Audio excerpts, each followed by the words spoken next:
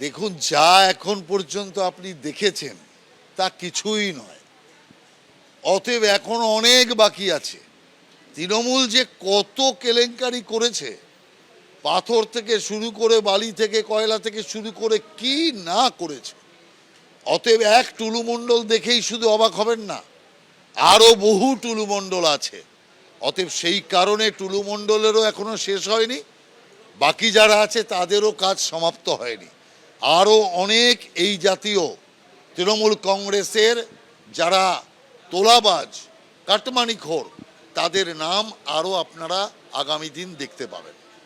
টুলু মণ্ডল বলে আজকে যে সমস্ত বিভিন্ন জিনিস সামনে আসছে, গুপ্তধনের সন্ধান পাওয়া যাচ্ছে, যদি মনে হয় যে যদি খবর পাওয়া যায় বা যদি কোনো তথ্য পাওয়া যায় বা যদি কোনো প্রমাণ পাওয়া যায় যে বিশেষ কোনো ব্যক্তির ওই জেলার মাথায় হাত ছিল বলে টুলু মণ্ডল নিরাপদে করতে পেরেছেন, তো পুলিশ তাকে অ্যারেস্ট করুক, কে বারণ করেছে। কিন্তু আমরা শুধু বারবার বলছি যে বীরভূমের সব দলের বেশ কিছু নেতাকে কিন্তু এই তদন্তের আওতায় রাখতে হবে। এটা শুধুমাত্র একটা দিকে চাপিয়ে দেওয়া হলো, বিষয়টা সেরম নয়। ওই বীরভূমেই অন্য দলের সব বড় বড় নেতারা আছেন, তারা কি চোখ বুজে ঘুমোচ্ছিলেন নাকি তাদের সঙ্গে এদের যোগাযোগ ছিল না? তা যোগাযোগ ছিল কি ছিল না, এদের বিশেষ কয়েকজনকে যাদের সম্পর্কে নানা রকম তথ্য শোনা যায়, তো তাদেরকে এই তদন্তের আওতায় অবশ্যই রাখতে হবে।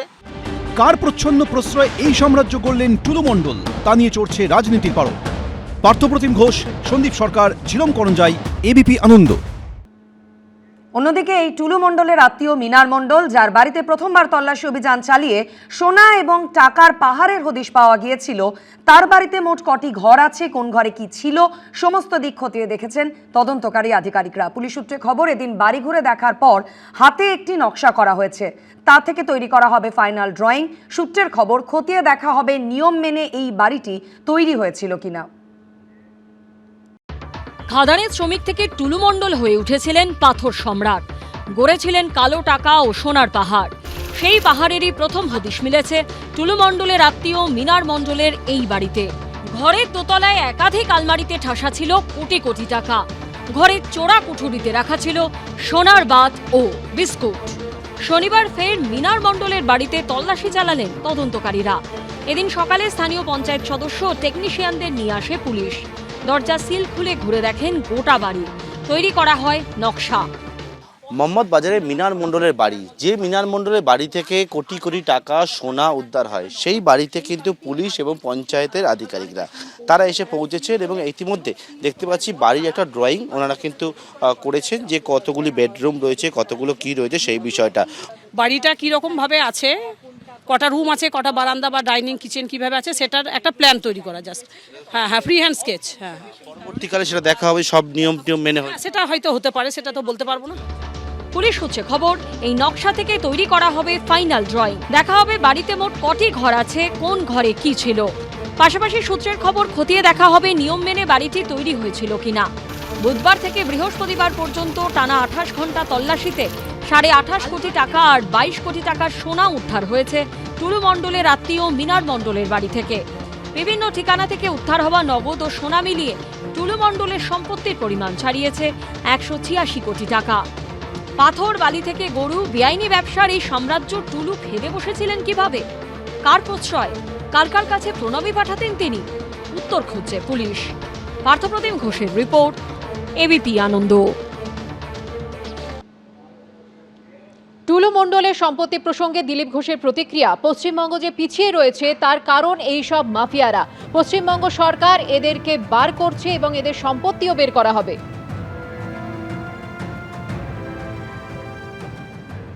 যত গরিব জেলা আছে সেখানে যত বড় বড় মাফিয়া আছে। পশ্চিমবাংলা যে পিছিয়ে আছে, কিছু জেলা যে গরিব আছে, তার কারণ হচ্ছে ওখানকার সম্পদকে লুট করেছে কিছু লোক এবং সরকারি সহায়তায় করেছে।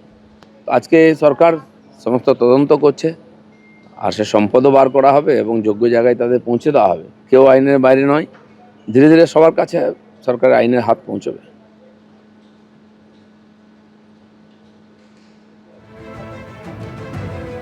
দিলীপ ঘোষের বক্তব্য আপনারা শুনলেন। টুলু মণ্ডলের সম্পত্তি প্রসঙ্গে কালীঘাটপন্থী তৃণমূল বিধায়ক কুণাল ঘোষ কি বলছেন দেখুন এবার।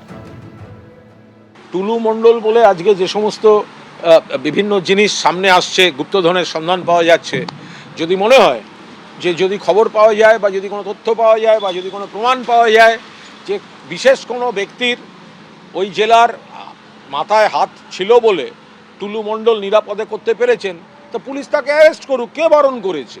কিন্তু আমরা শুধু বারবার বলছি যে বীরভূমের সব দলের বেশ কিছু নেতাকে কিন্তু এই তদন্তের আওতায় রাখতে হবে। এটা শুধুমাত্র একটা দিকে চাপিয়ে দেওয়া হলো, বিষয়টা সেরম নয়। ওই বীরভূমেই অন্য দলের সব বড় বড় নেতারা আছেন, তো তারা কি চোখ বুজে ঘুমোচ্ছিলেন নাকি তাদের সঙ্গে এদের যোগাযোগ ছিল না? তা যোগাযোগ ছিল কি ছিল না, এদের বিশেষ কয়েকজনকে যাদের সম্পর্কে নানা রকম তথ্য শোনা যায়, তো তাদেরকে এই তদন্তের আওতায় অবশ্যই রাখতে হবে। এবিপি আনন্দ, এগিয়ে থাকে, এগিয়ে রাখে।